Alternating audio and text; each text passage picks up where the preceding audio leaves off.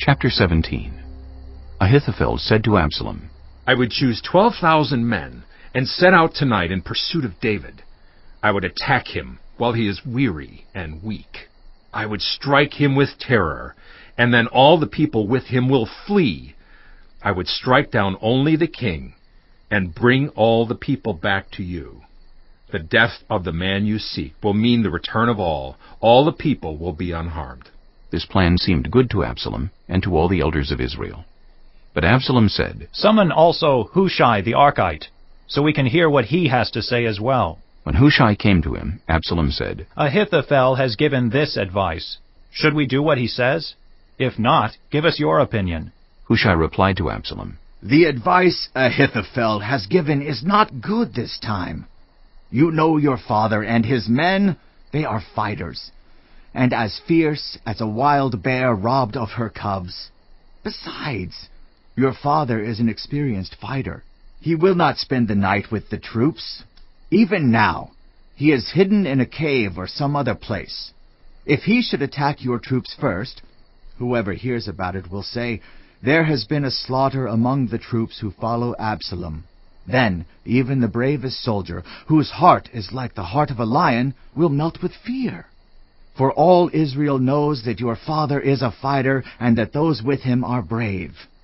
So I advise you, let all Israel, from Dan to Beersheba, as numerous as the sand on the seashore, be gathered to you, with you yourself leading them into battle. Then we will attack him wherever he may be found, and we will fall on him as dew settles on the ground.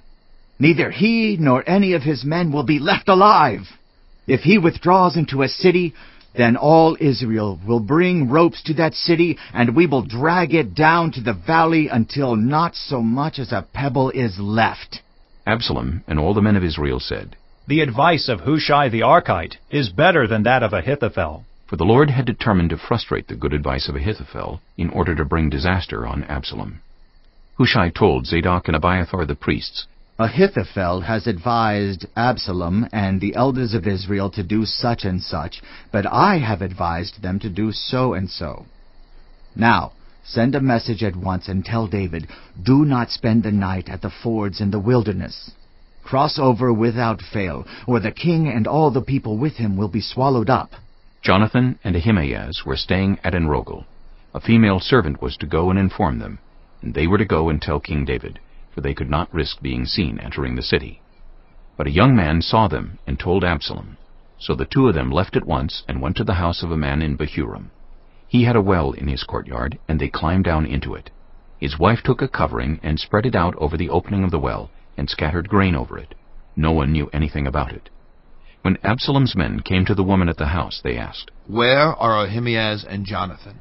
The woman answered them, They crossed over the brook. The men searched but found no one, so they returned to Jerusalem.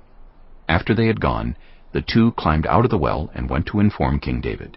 They said to him, Set out and cross the river at once. Ahithophel has advised such and such against you. So David and all the people with him set out and crossed the Jordan. By daybreak, no one was left who had not crossed the Jordan. When Ahithophel saw that his advice had not been followed, he saddled his donkey and set out for his house in his hometown. He put his house in order and then hanged himself. So he died and was buried in his father's tomb. David went to Mahanaim, and Absalom crossed the Jordan with all the men of Israel. Absalom had appointed Amasa over the army in place of Joab. Amasa was the son of Jether, an Ishmaelite, who had married Abigail, the daughter of Nahash, and sister of Zeruiah, the mother of Joab. The Israelites and Absalom camped in the land of Gilead.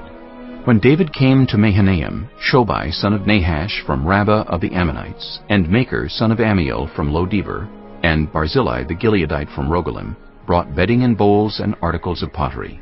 They also brought wheat and barley, flour and roasted grain, beans and lentils, honey and curds, sheep and cheese from cow's milk for David and his people to eat. For they said, The people have become exhausted and hungry and thirsty in the wilderness.